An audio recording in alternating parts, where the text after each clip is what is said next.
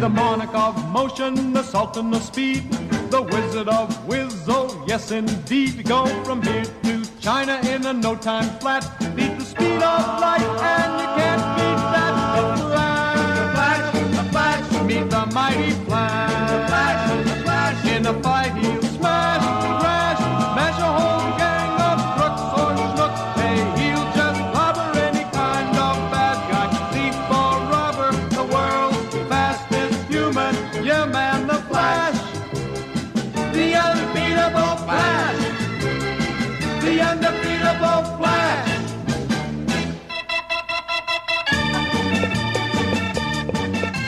That is one of the last covers that artist Carmine Infantino did in 1967 after a 9-year run on the character. Actually, what am I saying? An 11-year run on the character that started with this famous cover in 1956 that kicked off what is called the Silver Age of comics.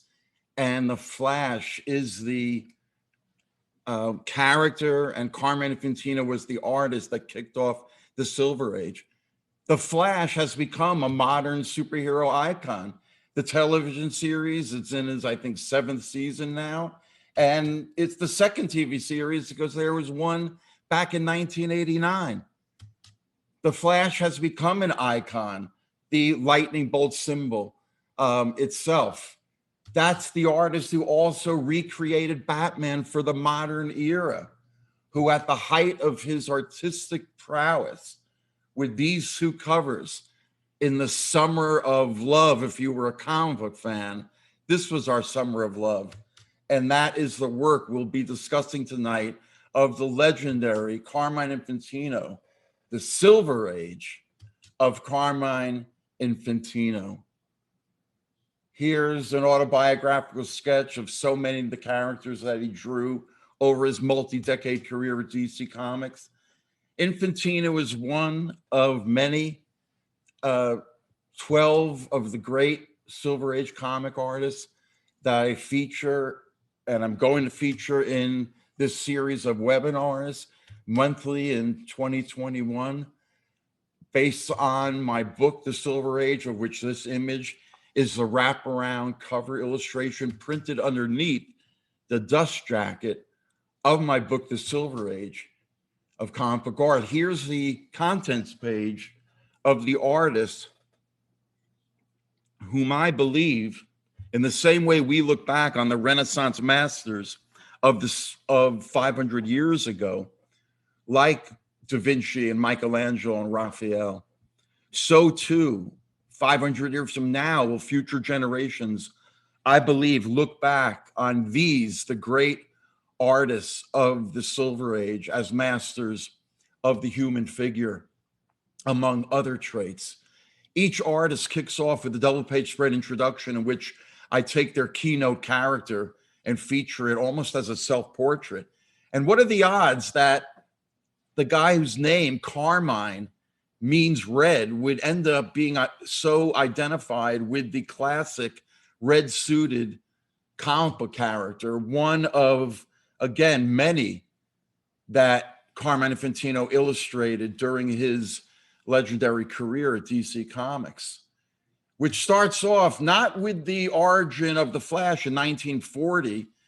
This is not Infantino's art, but he did end up barely out of being a teenager, drawing for DC Comics in the mid to late 40s on the Flash. And this is early Infantino artwork, circa 1947, 46 or so. In 1948, he creates the female character, Black Canary. But then by the end of the decade, superheroes had run their course. This was Infantino's last cover for Flash, dated January 1949.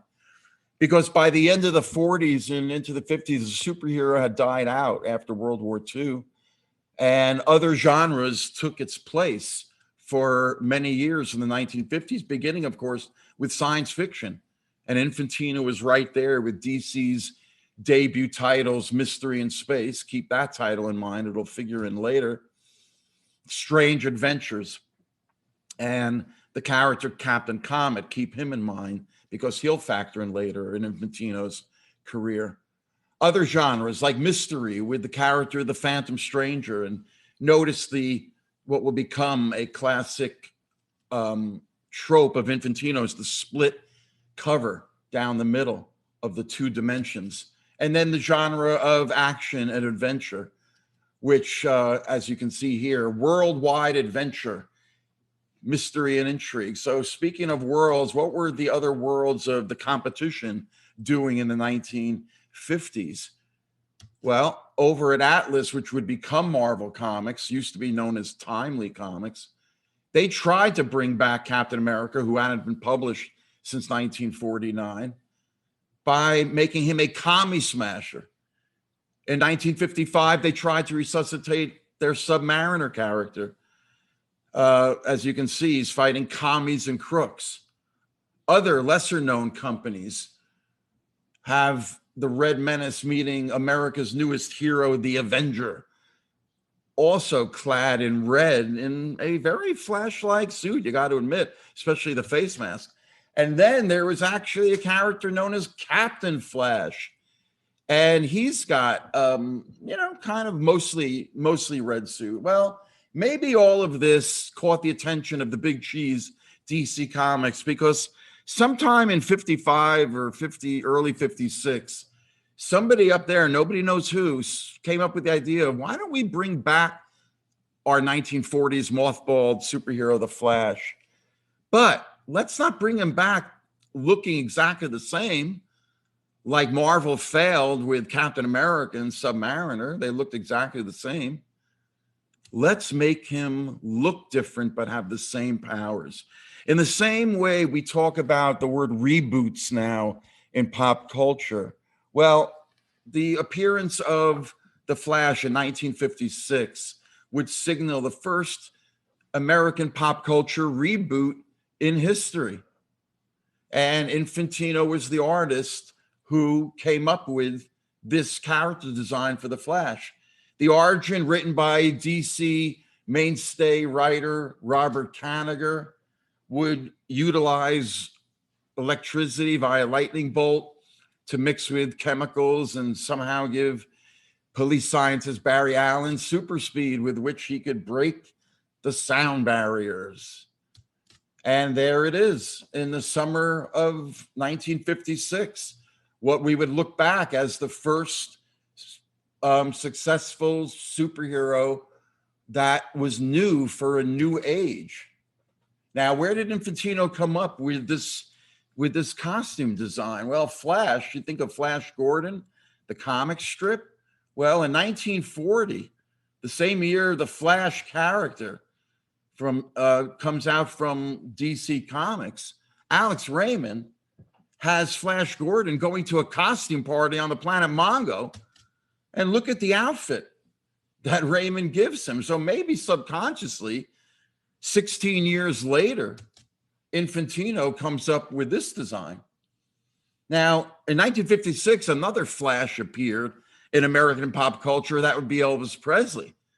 Elvis Presley kicks off rock and roll the same year the Silver Age of comics is kicked off. Presley read comics. In fact, on this photograph of his childhood bureau stored in, I think, the Smithsonian, there's a copy of Captain Marvel, which influenced Elvis's hairstyle, comes right out of Mac Raboy's Captain Marvel hairstyle. In fact, in the 70s, Elvis's blue caped outfit is a homage to Captain Marvel Jr.'s. But it was Captain Marvel Jr.'s namesake, Captain Marvel, that Infantino himself said influenced his decision to design his red-suited Flash with the way he designed the lightning bolts.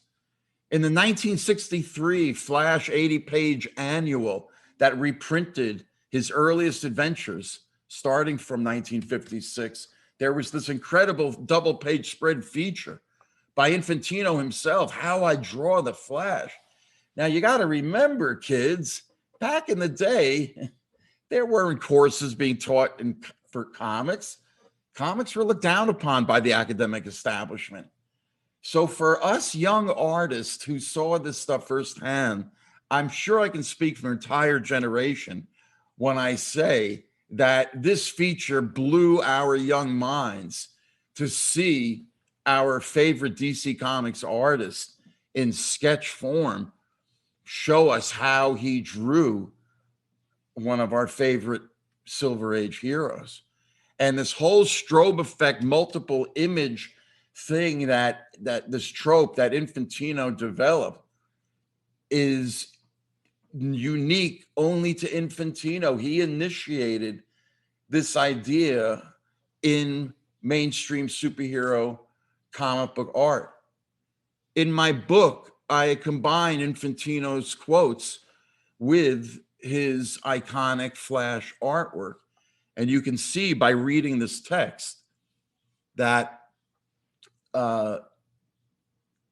he's a runner and he's not muscle bound, just, shows you the way Infantino had insight into his character. I take out the original word balloon text and put Infantino talking about how the challenge in drawing the Flash, especially over 11 years, was to come up with different ways of picturing graphic speed on the two-dimensional printed plane.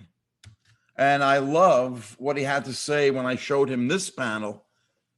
And he said it came from watching the old Chrysler cars. And many years ago, they made a shape like a V, like a wing. And they felt it gave motion to their car designs. It didn't sell, but I saw it and said, but it works, and I used it. And I just love the stylization, the way he tilts for maximum graphic effect, the car itself. Even his page design, when he drew the Flash, this is early on, and you can see that he's experimenting with different ways of Flash interacting with panels themselves to denote the passage of time. And as time went on and he drew the Flash, his panel layouts would become more and more horizontal to get across the maximum speed effect. So a couple of years later, you could see in a page like this how graphic his panels had become and how utterly horizontal in fitting with the whole style of the Flash itself. The bottom panel with the receding grid sidewalk and the graphic silhouette cityscape is a trope of Infantino's that he would use and reuse in so many of his images to combine with perspective to give a feeling of depth on his page. This particular splash page just has so many of Infantino's tropes in one, especially the yellow caption to the right with the finger pointing, which will become another of Infantino's signature tropes. But it was the way he would develop the multiple images strobe effect of the Flash that would become his hallmark in providing us with an incredible two-dimensional distillation of speed on the printed page. Modern comic artists go with this style of the kind of electric energy to connote speed and using Photoshop to blur background art. And, even the live action TV show uses that kind of effect. But I'll take Infantino's graphic imagery as a delineation of speed. And the US government agreed because that's the image they ended up putting on their 206 official DC Comics commemorative stamps. All of Infantino's depictions of speed and motion on the printed page are unique to the Flash and to what he did with it. In fact, I compare them to the greatest examples in fine art, where you've got Marcel Duchamp's classic 1922, I believe, Nude Descending a Staircase, which is considered one of the great 20th century depictions of motion on a two-dimensional flat picture plane. But, I feel the same way about Infantino's The Flash. When I look at the Great Wave off of Kanagawa by Hokusai from the late 19th century, I think of that image of the Flash. I don't, as beautiful as this is, I find Infantino's depiction just as beautiful. In fact, in the fine art world, particularly in pop art, this was one of the earliest of the trinity of pop artists after Warhol and Lichtenstein was Mel Ramos, who you can see in his studio here, did paintings of advertising art, pinup models, and of course, he was into comics, and he would take Kurt Swan's Superman figure and make a painting out of him that would hang in a gallery. And he did characters like the Phantom and even, yes, Batman. And you can see that unlike Roy Lichtenstein, Mel Ramos was from the Wayne Thiebaud school, where you can see the three-dimensionality of the paint. Now, here is a recent Mel Ramos exhibition where, as we turn the corner, who is this character we see? But yes, that, believe it or not, is a painting called The Trickster that Bonhams in New York auctioned off, and I think it ended up going, you can see on the fourth line of text on the right, it probably ended up going for somewhere in that range. Now, where did Mel Ramos get this trickster image from? Yep, Carmine Infantino in this cover of The Flash from 1962, I believe, or 3 maybe, where you've got the Flash actually interacting with his namesake, the original Flash. Now, that happened because of this legendary comic that had come out in September of 61, which was the first ever meeting of what would become known as the Silver Age Flash with the Golden Age Flash in the 1940s. Now, you talk about meta. This is probably the first meta example in comic book culture, at least, if not the wider American pop culture. Because look, you've got Barry Allen, police scientist, during his lunch hour actually reading a copy of the 1940s Flash. And the success amongst the readership had just transformed DC Comics overnight. And they brought back from the mothballs after 20 years of not being published. Well, not really. They ended in 50. So it's really 15 or so years. Oh, well, 12 years, it says right there on the cover. And DC has been milking and expanding this a dual universe ever since.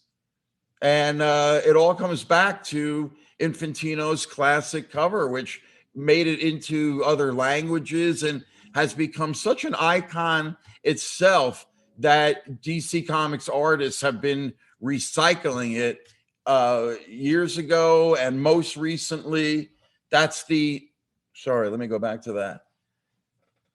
Yeah, that's the most recent DC Rebirth. And then you've got the television network itself for the Flash TV series doing a promotional image that pays homage to the Infantino original. Here we see it in its black and white original art stage. And there's an article in Forbes magazine about the owner of that original art, who happens to be son of Malcolm Forbes, Christopher Forbes, major comic book fan.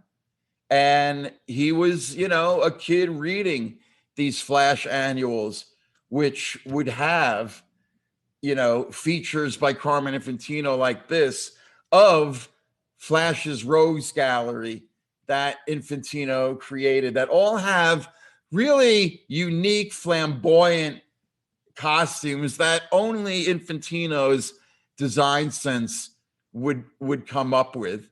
I mean, Captain Boomerang with the sashes, and then Captain Cold.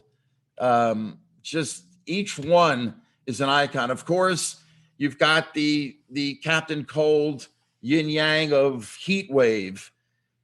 And there it is, another Infantino receding sidewalk and graphic cityscape background, which you can see on these other covers. The Pied Piper, very much like Captain Boomerang, another Very, very minstrel-like outfits that Infantino was obviously influenced by.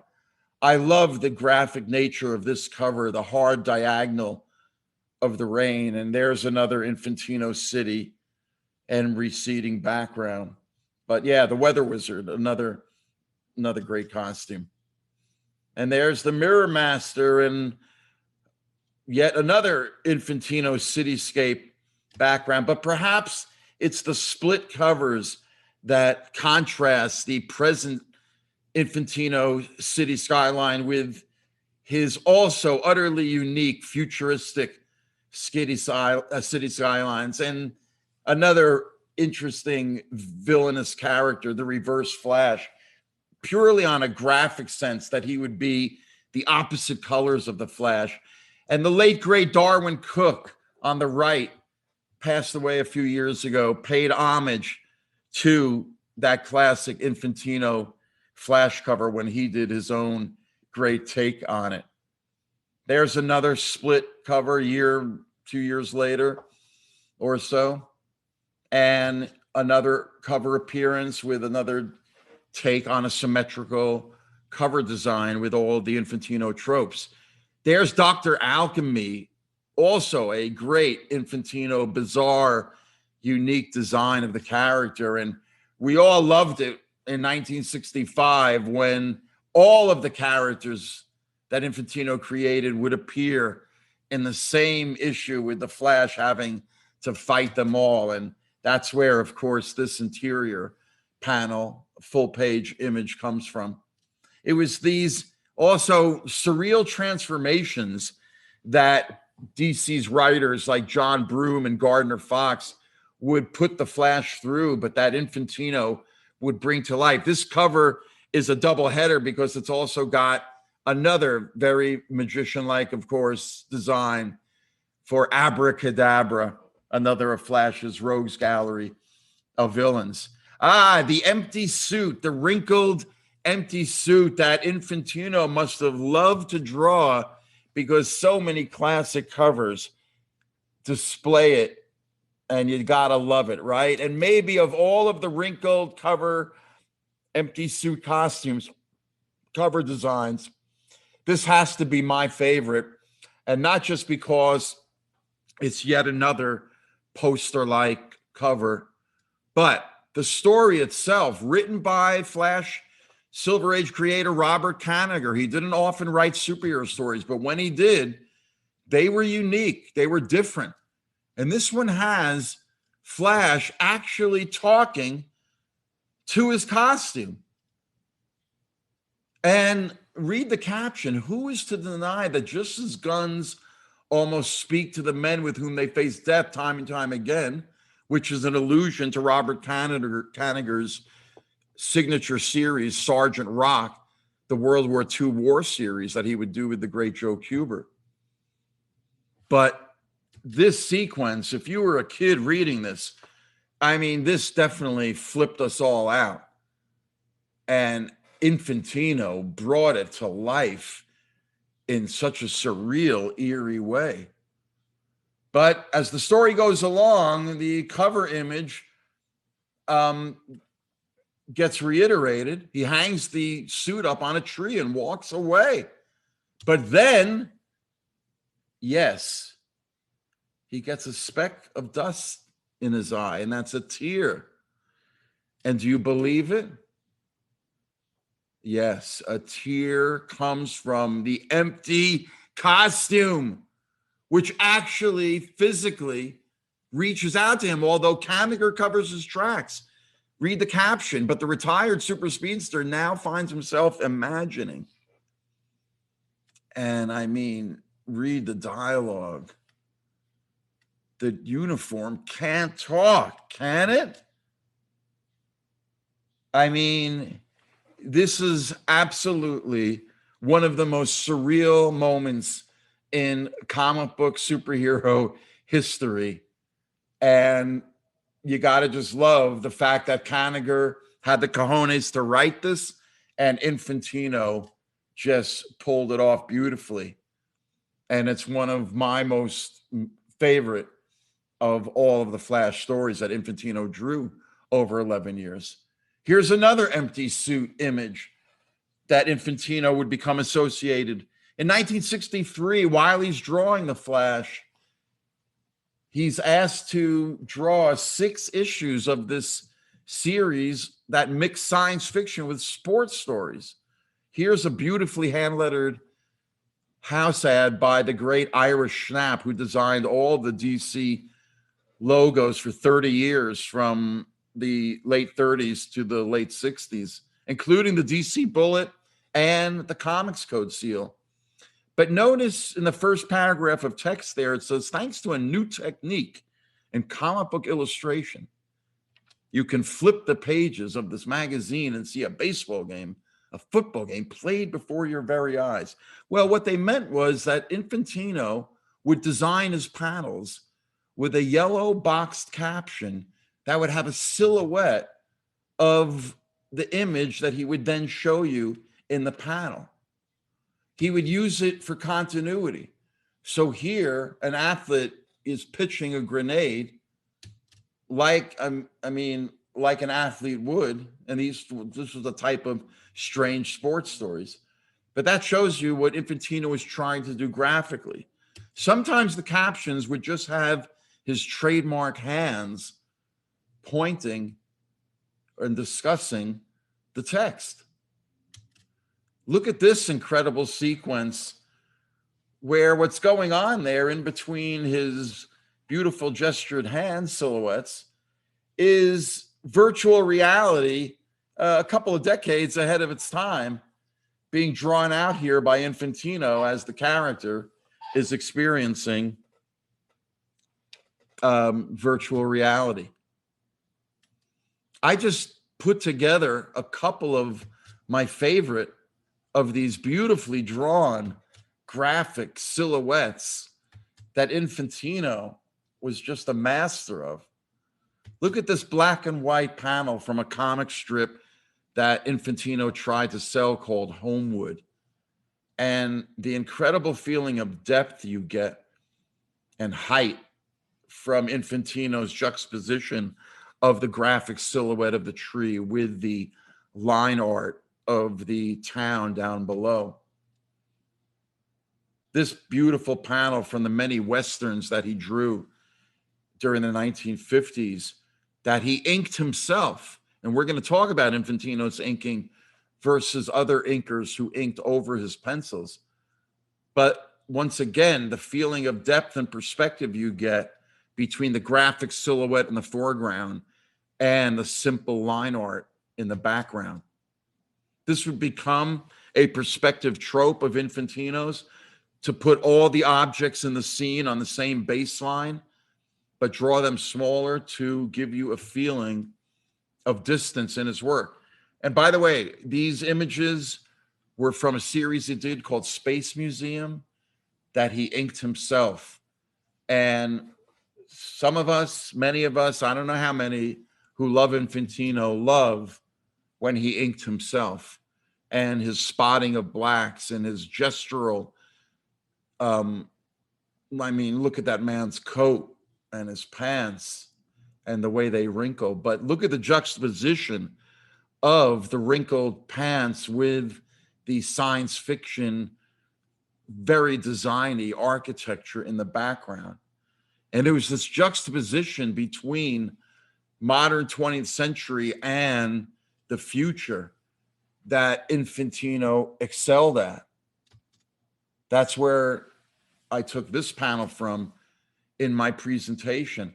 And at the same time Infantino drew these incredible cityscapes, I also love his kind of suburban California modern architectural look that he also employed in his comic art, which were designs right out of the split level California modern designs from architecture magazines. Look at this interior design from the early 60s and how Infantino incorporated that into his own artwork. And this image is not Barry Allen, but it is a character named Adam Strange, an archaeologist, who dons a space outfit and becomes Adam Strange, known as Earth's first spaceman, and who would become one of Carmine Infantino's most iconic characters. Earth's first spaceman, he's created around the same time these were called Earth's first spacemen, the Gemini astronauts. Oops, I just lost my screen. Hold on.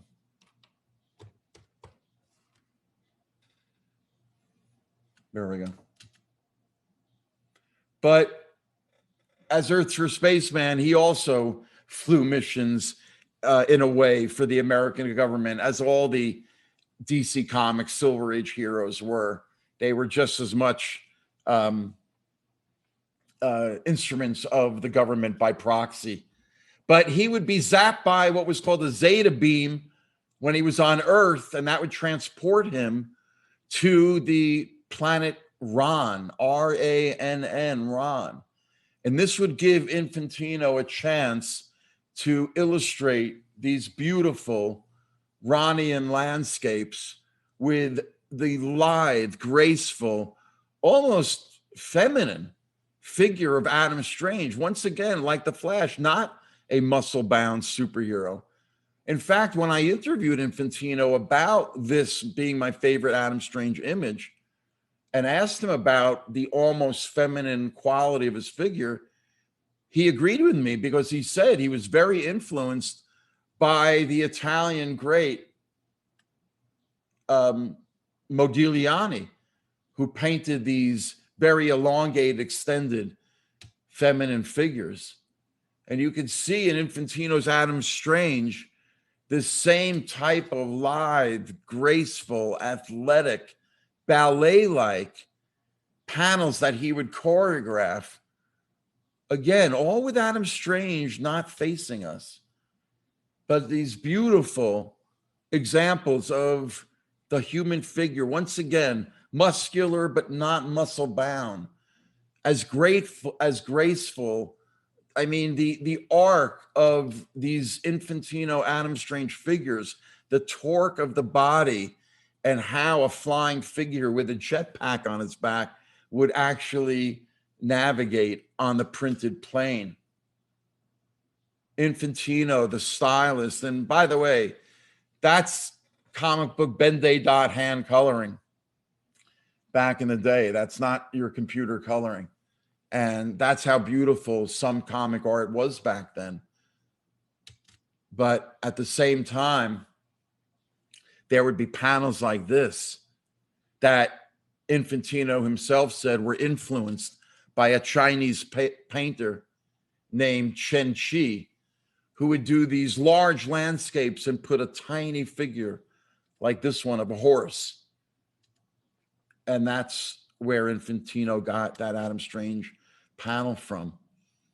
Look at the way, before even reading the dialogue or the caption, you can feel the grief weighing on Adam Strange's figure, sitting beside his lover turned to stone. Look at how Infantino tilts the panel subtly and puts the weight of Adam Strange falling to the left so that he visually gets across what the writer, Gardner Fox, is writing in the caption. Despair flooding Adam Strange as he hurls himself at the viewport of the spaceship. You can feel the despair in Adam Strange's figure, not showing you his face in either panel, but Infantino's command of the human figure in incredibly beautiful, graceful panels like this. I love this 1-2 punch of Adam Strange at rest and then in flight. And I compare this to the painter Degas in the late 19th century painting his ballet dancers, and how much Infantino's male figures are poised and graceful and ballet-like in these incredibly beautiful panels of Infantino's Adam Strange. They're some of the most pastoral superhero comic book images, and I don't know if those two words have ever been put together. Now, remember, I've been talking about Infantino penciling and Infantino inking, but all of these Adam Strange inks and so many of the covers I've shown you so far are the work of the great comic book artist Murphy Anderson, shown here in a 1983 autobiographical picture. He passed away, I think, about 7 or 8 years ago, maybe. But Murphy Anderson was one of the great DC comic artists of the Silver Age and beyond, who was both a penciler and an inker. His inking came from the Alex Raymond school of finely feathered brushwork. And remember, Infantino started out on Captain Comet. Well, Anderson followed him and penciled and inked multiple years worth of Captain Comet stories in the 50s. At the end of the decade and in the early 60s, he did a feature in Strange Adventures called The Atomic Knights that he both penciled and inked himself. But it was really Murphy Anderson as an inker of other Silver Age DC artists' work that occupied most of his time during the Silver Age on all those Infantino Flash covers, not the interiors. The Green Lantern covers by Gil Kane, and many of the early interiors he inked as well. Gil Kane on the other character he brought into the Silver Age, the Atom. Murphy Anderson would ink multiple covers and interior stories. So many covers of Justice League of America he would ink over the penciler of Justice League named Mike Sikowski. And then all during the early 60s, he's inking Infantino on his classic run of Adam Strange stories. And it was in Mystery in Space in 1963 that he got a chance to draw, both pencil and ink, his version of Joe Kubert's Hawkman.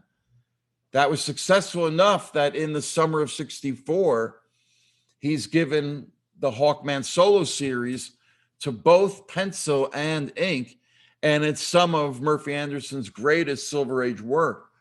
But perhaps eclipsing his own pencil and inks were his inks over Infantino's work, especially his Adam Strange work, and especially this cover, which is one of the greatest comic book covers of Infantino's and Anderson's career, and really one of the greatest comic book covers of all time. I think the original art sold at Sotheby's 15 years ago or so for, $100,000 or so. The same year in 64, Infantino and Anderson give us one of my favorite covers, this little mini masterpiece. And it's a masterpiece because 10 years earlier, Infantino drew the same scene, and that was what his art looked like then. So look at his maturation. Look at his growth as an artist to go from that 10 years later to this incredibly angular figure and all the dynamic angles operating on this cover. And by the way, all of that great type is Irish Schnapp. Infantino and Schnapp made a great team. And that's why the head honchos at DC Comics, most notably Erwin Donenfeld, the son of Harry Donenfeld, one of its founders, well, Infantino's great covers caught their eye because even though DC used Superman on their logo, they had a Batman problem in the early 60s because their Batman family of characters was really just a pale imitation of the bigger selling Superman family. So during the 50s, DC attempted to turn Batman almost literally into Superman. And along with the trends in the 50s towards science fiction, they had Batman and Robin not fighting Gotham City villains, but fighting interplanetary villains. And this wasn't the first time they're thrown in an interplanetary jail, but in 1964, early 64, they're still captains of the alien zoo. And yet what happened only an issue or two afterwards, we go from this style of Batman and Robin to Carmine Infantino's style of Batman and Robin. inked by Murphy Anderson on this great cover. DC Comics actually announced their new look Batman that Irwin Donenfeld basically commissioned Infantino and editor Julius Schwartz to do what they did with the Flash and Green Lantern and Justice League and Atom and do it to Batman, or else they might have to discontinue him. So in the spring of '64, we get the new look. And notice how DC Comics actually promoted the artwork as a selling point. Remember, they thought their audience was kids, and they mostly were. I was one of them. But the fact that they would intelligently appeal to kids to love the artwork, that did more than any museum or gallery did for me. And I think I, again, speak for a whole generation. And Infantino and Schwartz did say Batman. They went from Batman stories like this, where Batman becomes Bat Baby, to Infantino's much more stylish and stylistic take on Batman and Robin. We went from Sheldon Moldoff, Bob Kane's major ghost artist from 1953 to '68, and his stiff cardboard characters. And then you get Infantino's fight scenes. And here we have an early version of basically Bane, done in 1967 at the height of the new look. And notice we go from the 1950s Batman, which took place in the broad daylight, to much more new look scenes where Infantino would incorporate the night scenes. I mean, this may not be the Dark Knight that you know of today, but there is some beautifully rendered dark scenes in the early new look issues by these incredible covers of Infantino Anderson. Each one of these 1964 images is just iconic, and you really feel that Gothic feeling in these early new look covers. And it was the same year that they got Infantino to do the art for one of the Aurora figure models. And even Infantino and Anderson's art is also just an iconic image of the Infantino Anderson Batman. There's the box cover, and you can see the inset of how the model looked when it was built. And they even updated the Batman logo that had been used prior to Irish Snap redesigning the lettering, but it's really the Infantino Anderson cool back graphic behind a type that really makes that logo sing. There's a great graphic Infantino cover inked by Anderson with the flat perspective of the caption box acting as the ground. But once again, bait and switch. Look at what would happen when you'd open up the cover. You would get still the Sheldon Moldoff, Bob Kane ghost art, as if the powers that be at DC didn't think we fans would like the difference between the great cover we bought and the interior art that we knew, even as 8-year-olds, was inferior. And yet this was the story that would be the basis for the very first Batman TV show episode that would appear January 12th, 1966. The Batman TV show changed everything. It really kind of hamstrung the new look right from the beginning, because in another meta instance, you actually had DC Comics having Batman watching himself on TV, and Infantino drew the hell out of it. But, you know, as a fan, I did not like that. But what we got inside was some great Infantino art when they gave us this double-page spread pinup in the summer of 1966. But this is a perfect illustration of the problem some of us Bat fans had with the TV series. Because while Burt Ward pretty much looked exactly like the Infantino Robin, we didn't feel the same way about the Adam West Batman when we were expecting the cool Infantino Batman on the left. There's the second double-page spread pinup from the summer of 1966, both inked by Anderson. DC would isolate the Batman figure on the left and use it in merchandising as posters in all types of post-Batman TV show merchandising, while the other cover would become its own icon, to the point where so many modern comic artists have paid homage to the cover that I could do a whole webinar on how many homages have been done. Even this artist, oh wait, that's me. A cover I did for Washington Post magazine where I got to do a riff on a real life blind comic artist that had his friend draw for him. But that Infantino Anderson Batman and Robin has been merchandised to death. In the summer of 66, when they put out the paperback, they even altered the art. Some commercial examples, they cut out Robin altogether. Now, Batman store, yeah, this was the height of Batmania in 1966, which used so much of Infantino's Batman art. This running figure came from this 1965 panel where they're facing off against the DC knockoff of the Hulk called the Blockbuster. But yeah, there it is in multiple products in the wake of the TV show. Magic photo kit, candies, toys, drinks.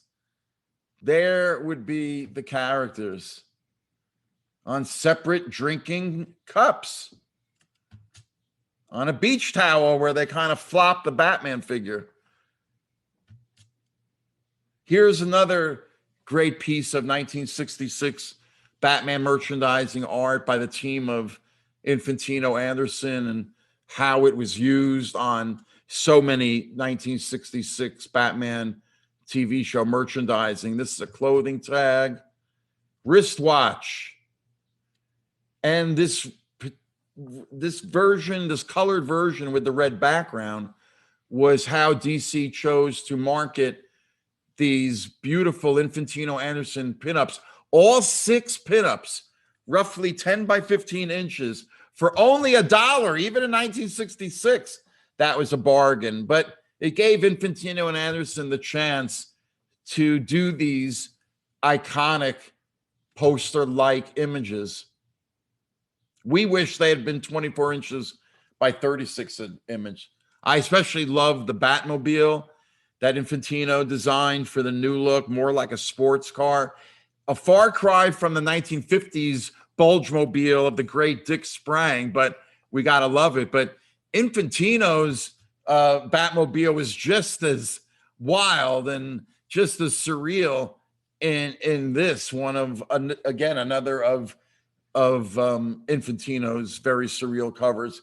He loved to play with the three-dimensionality of the characters in his graphics and compose these covers to take maximum effect. So it's no surprise that in the wake of the TV show, when they would reprint some 3D Batman stories from the early 50s, when 3D was a craze, they would get Infantino to not only do the front cover, but the back cover, which would serve as an ad for the television show, and how Infantino designed it to really take maximum effect of the three-dimensionality of the live-action TV show illusion.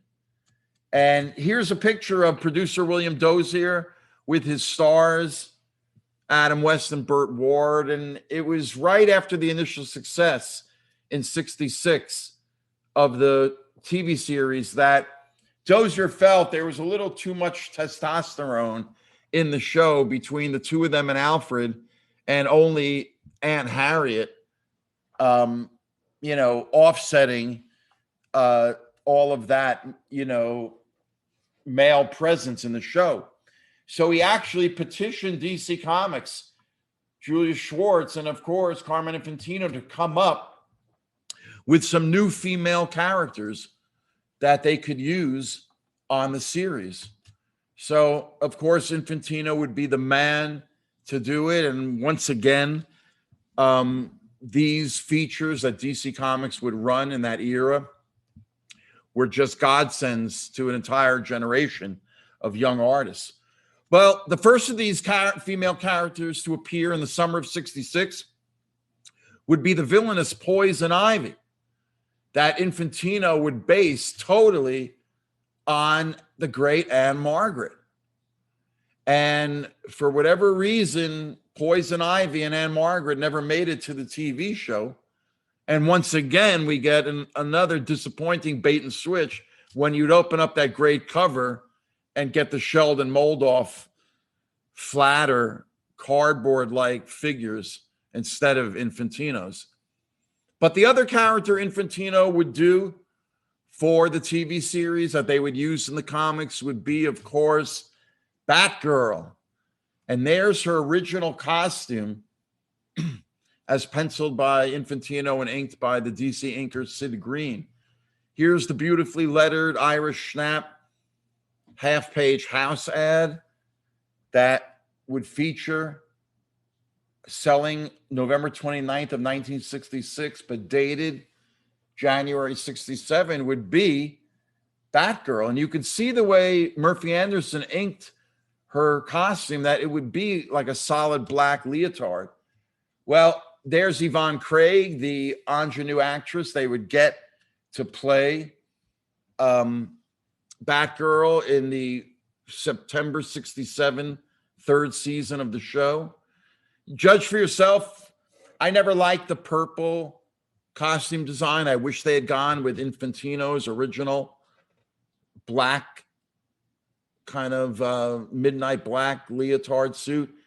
I even like Infantino's simpler cycle than the gussied up, fringed out Batgirl mobile. So the fall of 67, Batgirl debuts, and she couldn't save the show. It died out by the spring of 68.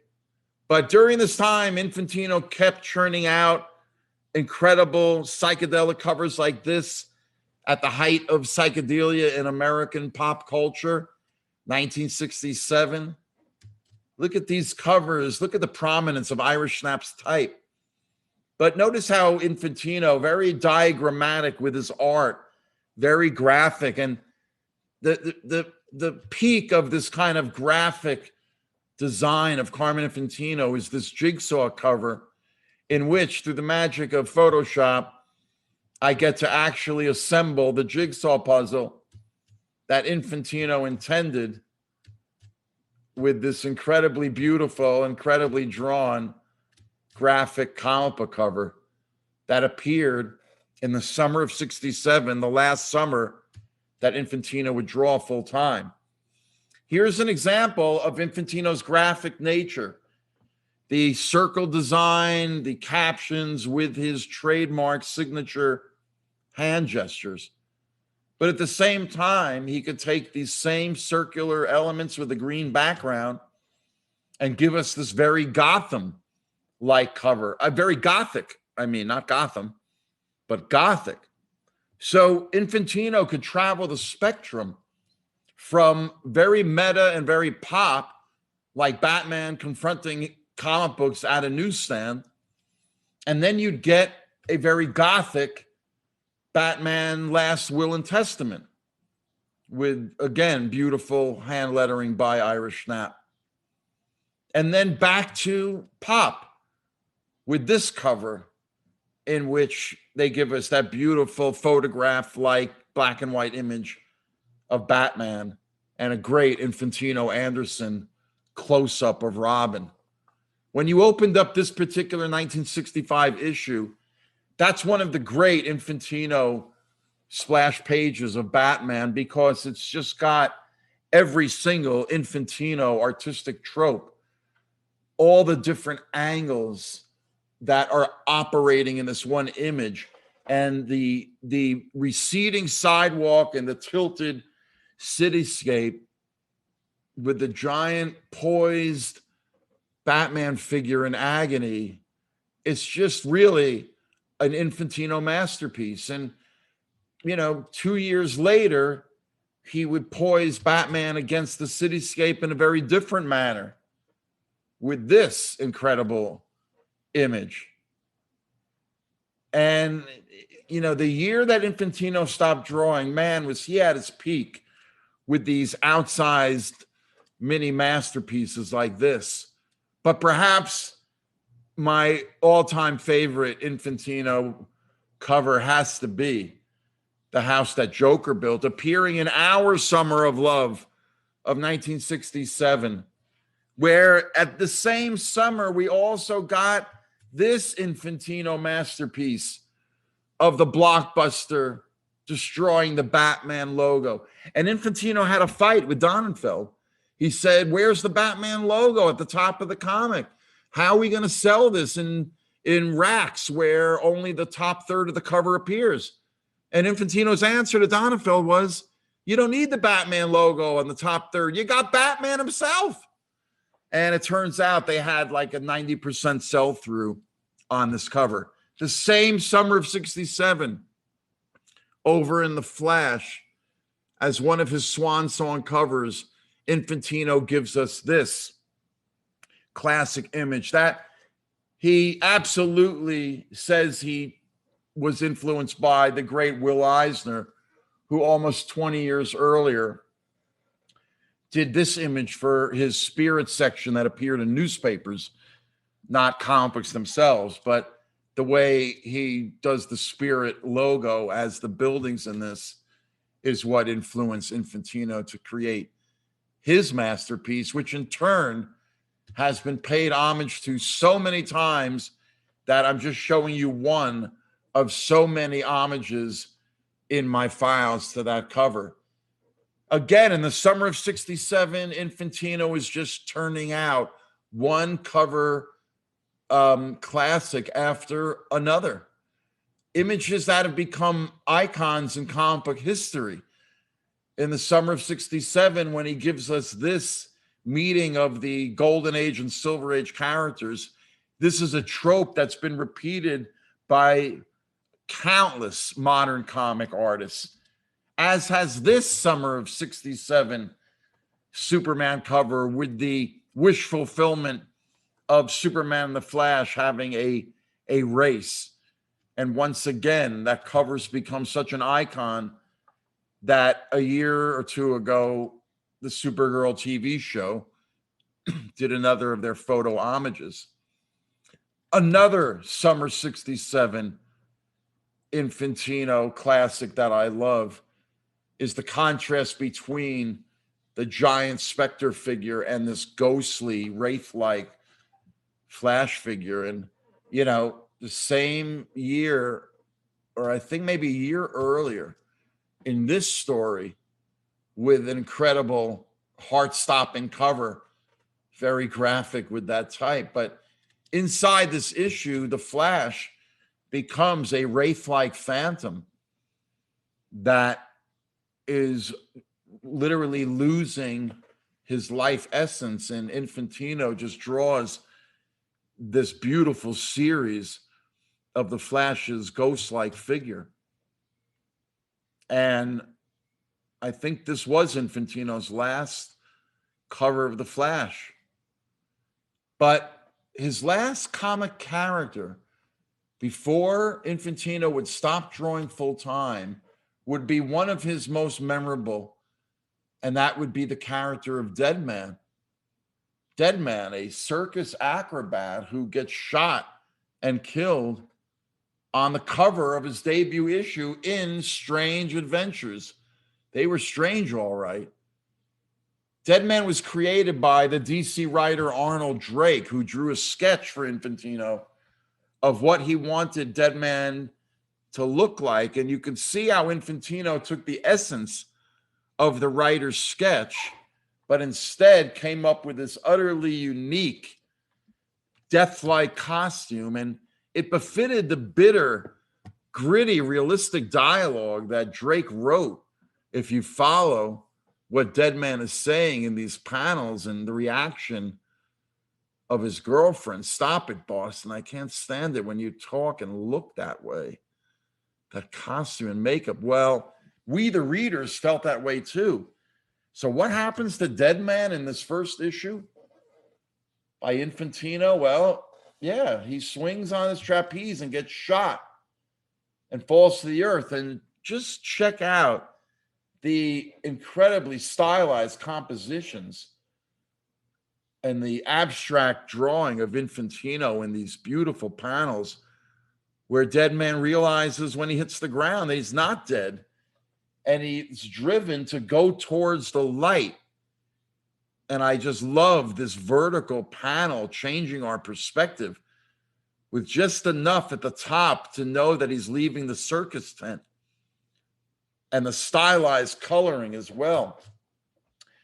And he goes outside, and all of a sudden a tree is talking to him. And yes, it's the spirit, the Indian spirit, Ramakrishna, who's giving him life after death as a ghost, but that he could inhabit living bodies to find his killer. Well, Drake was taking all of these ideas from the zeitgeist. In the spring of '67, the Beatles made a big deal out of their trip to see the Maharishi Mahesh Yogi that Lennon would later write Sexy Sadie about on the White Album. But, you know, transcendental meditation and everything, Eastern mysticism was all the rage in '67 with the dawn of psychedelia. And that's what Drake was trying to get across. And Infantino's visualization really struck all of us DC fans smack upside the head, because we had never seen DC come out with anything like it. And almost as quick as Infantino appeared on Dead Man, that's when he stopped drawing. Why did Infantino stop drawing full time after he had become DC's signature artist of the '60s, of the Silver Age? It's because Erwin Donenfeld felt so much that Infantino's covers sold comics that he thought, why don't we advance Infantino from just being a full-time artist to actually being an executive, an art director, designing all of DC's covers. And in the fall of '67, Infantino assumed that position, which would very soon become editorial director and then publisher within a year.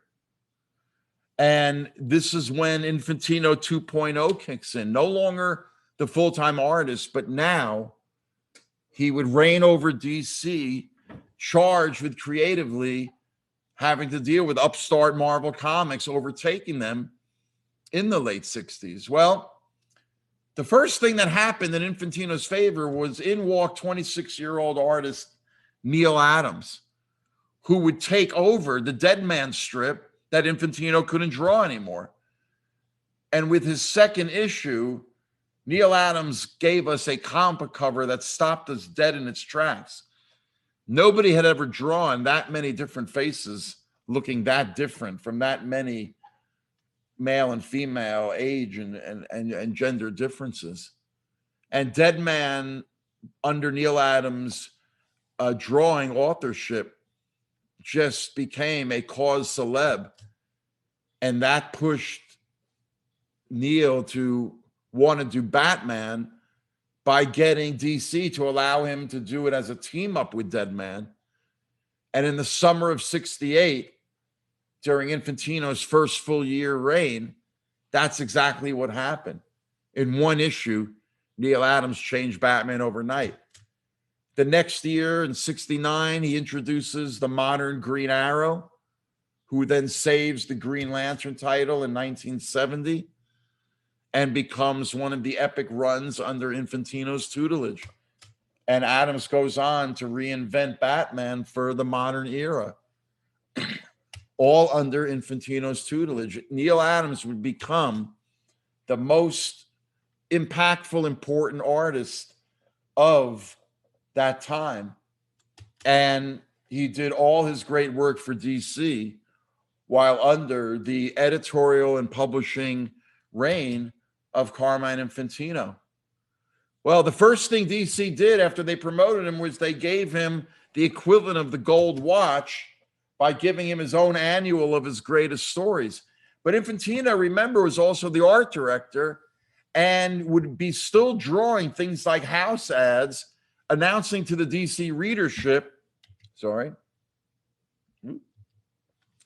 that new things were coming from DC. And the implied message was to compete with Marvel Comics. Well, one of those new things was another Infantino house ad for a Western hero in 1968, a comic book Western hero from DC Comics. Well, under the artwork of one of the great Silver Age artists, who I'll be doing a webinar on later in the year, named Nick Cardy, you got the idea of Batlash. He was a lover, not a fighter. And the stories that Infantino worked on with Cardy and with other writers who had input, the artist and writer Sergio Aragonis particularly. But Batlash was different from all other Western characters. There was a tragedy to him. And this mixture of the lover, not a fighter, with the tragic elements is something you would see a year later in Butch Cassidy and the Sundance Kid. But that just shows you how ahead of the curve some of Infantino's decisions and creative energies were during this era. As an artist himself, one of the first things Infantino did would make his peer artists like Joe Kubert, who had been drawing Sergeant Rock for, almost 10 years, to allow him to be now the editor of Sergeant Rock. And in 68, he would produce a cover and a story that, even though Sergeant Rock took place in World War II, coming out in the summer of 68 during the height of the early Vietnam War demonstrations, was quite startling for DC Comics. And this is part of the relevance that Kubert would bring to the war genre. This is a photograph of the My Lai massacre. And in 1971, under Infantino's publishership, you've got Kubert and Kanigher doing another thinly disguised World War II story that got the coverage of the New York Times Sunday magazine in May of 71 under Infantino's guideship. He also got the license to Tarzan and gave it to Joe Kubert, knowing that it was Kubert's dream project. And Kubert went on to become who many feel is the definitive Tarzan artist of all time. Infantino also, in one of his major moves, brought in the guy that made Marvel Comics in the 60s, the writer, artist, storyteller, the legendary Jack Kirby. And he allowed Kirby to do the characters and the comics that he didn't want to give to Marvel in the late 60s. And those would be announced by this DC Comics full-page house ad that I remember at the time. I didn't know who they were talking about. Who's the great one? Why didn't they just say Jack Kirby's coming? And man, I didn't know what the boob tube was. And lo and behold, Kirby would end up debuting what would become known as his Fourth World character concepts, 4 comics telling one larger story. And one of them was Kirby taking over Jimmy Olsen. Here's a house ad announcing the other 3 titles: The Forever People, The New Gods, and Mr. Miracle. Mr. Miracle was called a super escape artist. And one of his main sidekicks was the female Amazon-like character named Big Barda. Well, Big Barda was such an influence on the writer-director Ava DuVernay that she said Big Barda was her favorite character growing up. And that's one of the reasons why Ava DuVernay is going to be directing a big-budget Warner Brothers version of Jack Kirby's New Gods coming out in, I don't know, a year or 2 maybe. But that shows you the longevity of Kirby's concepts that he was only able to do under Carmine Infantino's leadership by bringing him over to DC Comics, which shook the comic world. There were the New Gods, all right, that came into DC Comics. Those are the artists Mike Kaluta and Bernie Wrightson, who were indeed the new art gods of the 1970s that came in under Infantino's new to DC kind of open door policy. And Bernie Wrightson would come immediately to fame in 1972 with this cover story for House of Secrets, one of DC's horror comics. And yes, that would be the character that would become famous as Swamp Thing. And look at how Infantino had this ad announcing a indeed different comic mag was coming. And Swamp Thing covers by Wrightson like this, mini masterpieces again, would become his keynote character and goes a long way to why Swamp Thing is still a commercially viable mainstream character. And this is the most recent of the TV series that have been done about him. Mike Kaluta in 1973, under Infantino's reign, they got the rights to the Shadow, and it would become Kaluta's most iconic character of all the things he would draw and still is drawing in his career. There's a great hardcover collection that you should get if you don't have these stories, but they are the definitive graphic comic versions of the Shadow. And he's not the only character that Infantino negotiated the rights to get in 1972. He also was able to bring back Captain Marvel after 20 years of being out of print, and would actually get C.C. Beck, the original artist, to draw him. And there would be no modern Shazam live action film if it wasn't for Infantino bringing Captain Marvel back at DC. Look at his cover sketch for Jack Adler's photograph for the cover of Shazam #6. Jack Adler was the head of DC Comics coloring. Here's another great sketch of Infantino's for the guy who would become the cover artist of DC Comics during Infantino's reign in the early and mid 70s, Nick Cardy. By the way, it was in 1971 that under Infantino's tutelage, they would modernize Superman after years of being under the editorship of Mort Weisinger. It switched to Julius Schwartz, who would, remember, modernize Batman with a new look. And Neil Adams drew one of his most iconic covers. And that issue inaugurated a series of stories written by Denny O'Neil, who had been writing Green Lantern and Green Arrow and Batman, and really giving the art a lift by teaming up Kurt Swan, the longtime Superman artist, with Murphy Anderson, who had inked Carmine Infantino on all those Adam Strange stories years before. And those series of stories featuring this sand villain are considered to this day one of the greatest series of modern Superman stories. And it happened under Infantino's reign.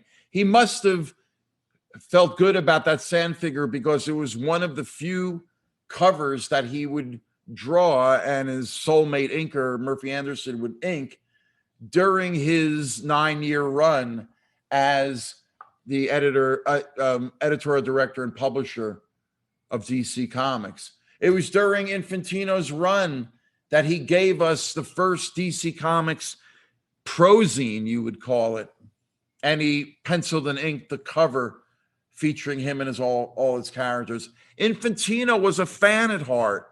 He loved DC Comics history. And the same year, 1974, he gave us the first of many tabloid-sized famous first editions that would reprint in their entirety, reprint the actual original comic books, but tabloid size. The back cover of the very first one featured what I believe is the greatest single drawing of Superman ever by Neil Adams. Neil Adams also figured in another of Infantino's milestones when he kind of worked behind the scenes with the illustrator Ross Andrew to do every comic book fan's wish fulfillment, the first time ever the two major companies, DC and Marvel, would have a crossover, and that would be 1976's Superman versus Spider-Man. And you can see Infantino had a hand in that dynamic cover, because there is his dynamic sketch for Ross Andru to follow to create that incredible icon. At about the same time, Infantino worked with Metropolis, Illinois, to promote what the city wanted to promote, that they were the sort of inspiration for Siegel and Schuster, the creators of Superman, to base Metropolis of the comics on. I think really they just based it on Chicago more than even New York. But it was in this tabloid-sized edition that Infantino would again return to the drawing board by giving us the layouts to a brand new origin of Superman. And this also probably figured in to what Infantino thought was one of his major career milestones, was actually working with Mario Puzo on the original screenplay of Superman to make sure Puzo understood all of the great comic book elements that made Superman great. And Infantino himself considered it one of his major triumphs, though it went largely uncredited. There's no screen credit thanking Infantino or crediting him at all. And it was shortly after that involvement that in 1977, DC Comics fired Infantino and replaced him with Jeanette Kahn, the first female publisher of a comic book company. And she would take DC Comics actually in new heights. Infantino himself would return to drawing full time, and in the late 70s and 80s would work for Marvel and other companies that sprang up in the 80s, doing multiple characters with a lot of great inkers. Just right here on this spread that I designed, you've got Klaus Janson on the left. You've got Terry Austin on the Star Wars cover, and the great Filipino artist Alex Nino on the right, and all combining beautifully with Infantino's basic pencils. In his retirement afterwards, DC Comics has honored Infantino by featuring his flash art on Paul Levitz's mammoth Taschen published tomes on DC Comics history, which you can see they took right from the classic flash cover of 56. And then you have this hardcover collection DC has recently put out. Infantino passed away in 2013. But they're getting around to reprinting his work, and you can see they took their cover from the DC Special retirement issue, which is just another version of that great Infantino drawing of his beautiful characters. And it reminds me of another self-portrait that I think Infantino did of a kid reading comics that really speaks for not only himself, but for all of us that grew up reading Carmine Infantino's comics. And that would be me, 8 years old, in 66, in my bedroom with my mother's Ethan Allen wallpaper behind me, reading this issue of The Flash from the summer of 66, the summer of the Batmania. And I actually took this great cover and isolated the figure. That's a 1967 cover. But 22 years later, I did one of my first comic book trade history magazine features that I called the 8-page giant Infantino comics. And you can see how I combine that figure with this background that I love so much, and just kind of blurred it and Photoshop a little to give it that faraway feeling of depth, so that my inset images showing a lot of the great images I've shown you tonight. But this is what some of the spreads looked like in my feature, where I would combine Infantino's words with his images in layouts that would fill the page. A couple years later, in 2000, the publisher Vanguard did a hardcover book. I did not design the cover, but I did design the end papers. And where did I get these end paper images from? Well, remember those beautiful captions from Strange Sports Stories? Yes, I finally got to use them in a graphic project. I also designed and wrote the 16-page color section with many of those same layouts. And you can see that I've been using this image ever since, like in my webinar tonight. When you go to my website, arlenschumer.com, you'll get to the homepage that looks like this, which is linked to my Silver Age book site, where I will sign and sketch in your individualized hardcover. The book features double-page spreads of so many of the images that I've shown you tonight, combined with the artist talking about the artwork as well as my own narrative text. But you read my book like a giant comic book, but it's really also an art book and a history book as well, because it reflects what was also happening in the 60s. But again, you can see on this double-page spread how I featured some of the images I didn't show you tonight, like look at that great Batmobile in the thin vertical panel on the bottom right with the lamppost making the graphic silhouette of the light. Just beautiful. Here's my homage to Infantino and Anderson's great Batman covers. I tried to split them evenly between Detective Comics covers and Batman covers. And again, I tried to split them evenly between his Gothic images on the left and his more graphic pop images on the right. Each one of these covers deserve their own page with all the trade dress elements removed so you can focus on the beautiful artwork of Infantino. Even Dead Man gets his own spread in my book. Here is the book's original printing, the opening in 2003 at the CUNY Grad Center in New York City, with an opening funded by Christopher Forbes of Forbes magazine. That's what a great guy is, and a lover of the era. And he loved my book that he agreed to fund the exhibition, because my own publisher was a mom and pop and they didn't have a dime. This was also editor Julius Schwartz on the right, his last public appearance before he passed away in January of 2004, with Infantino on the left.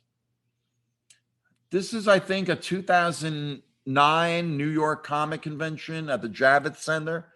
And I'm actually doing an interview with an MTV unit that a friend of mine who worked there was able to get me to interview some great people at that convention.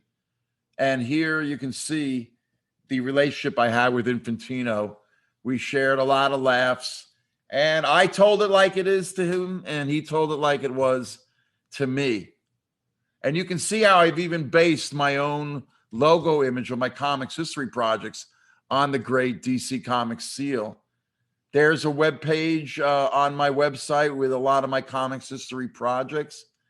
One of my unpublished projects that I hope to get published is a verbal visual essay on the relationship between fine art and comic book art. There's the opening double-page spread. And here is a double-page spread devoted just to Infantino's works. Once again, images that I've shown you tonight. If you Facebook friend me, I run 3 comic book history Facebook groups. One on the Silver Age itself, one solely on Kirby's work, and on Neil Adams' work as well. Adams was my major inspiration in my own illustration work, doing comic book style art for advertising and editorial usage. One of my specialties is turning people into superheroes by keeping their photographic likeness, but combining it with the black line artwork of comic art itself. Man, have I gotten the chance to do a couple homages to Infantino's covers. This was for Entertainment Weekly, and I took this classic pinup and turned Howard Stern's two knuckleheads, Richard and Sal, into a kind of a seedy Batman and Robin. They loved it so much that they invited me up to the studios and took this picture with me. My merchandise site, popcultureman.com, has posters of a lot of my favorite images. Then there's my page devoted to my visual lectures, which what I used to do live before the pandemic.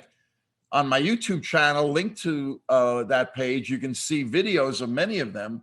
But ever since the pandemic, I've been lucky enough to do these great webinars, and I'm going to be doing one every Wednesday of the year 2021. So coming up this Wednesday, February 3rd, in honor of Black History Month, I'll be doing my webinar on the past, present, and future, the comic book origins of the character, and how they've been reflected or not reflected in the movie, and where the movie goes from here without the late Chadwick Boseman. A week after that, February 10th, these are all going to be at 6:00 p.m. Eastern Standard Time on Wednesdays. The Twilight Zone episodes that reflect the age of the corona that we're living in, that so many of the episodes dealt with solitary feelings of solitude and loneliness and isolation. And I combine video clips from these episodes with still images into a great discussion of the Twilight Zone and the age of corona. There's the Twilight Zone page on my website where you can see lectures and other creative projects I've did based on Rod Serling's original series. I have a page devoted to the work of Bruce Springsteen because I was art director of his first fan magazine called Thunder Road when I was an art student in Rhode Island School of Design. But my next webinar after Twilight Zone and the Age of Corona will be a live retrospective of Bruce Springsteen's greatest performances live, caught on film or videotape. Now, I've done some of these webinars in 2020 with the company New York Adventure Club, and I'm still working with them as I do these other webinars like tonight's on my own. So on, I believe, there it is, Monday, February 22nd at 8 p.m., if you go to nyadventureclub.com, you'll find my history of pop. And then the last Wednesday of each month, so the last Wednesday in February, I'll be doing the next of my monthly Silver Age Artists web series. And in honor of the fact that the day before, on February 23rd, this much talked about Superman and Lois TV series will debut on the CW, why not the next night, February 24th, the last Wednesday in February, I do a webinar on the greatest Superman artist of all time, the baby boomer Superman, and that would be Kurt Swan. So thank you, ladies and gentlemen, for coming tonight to my Carmine Infantino webinar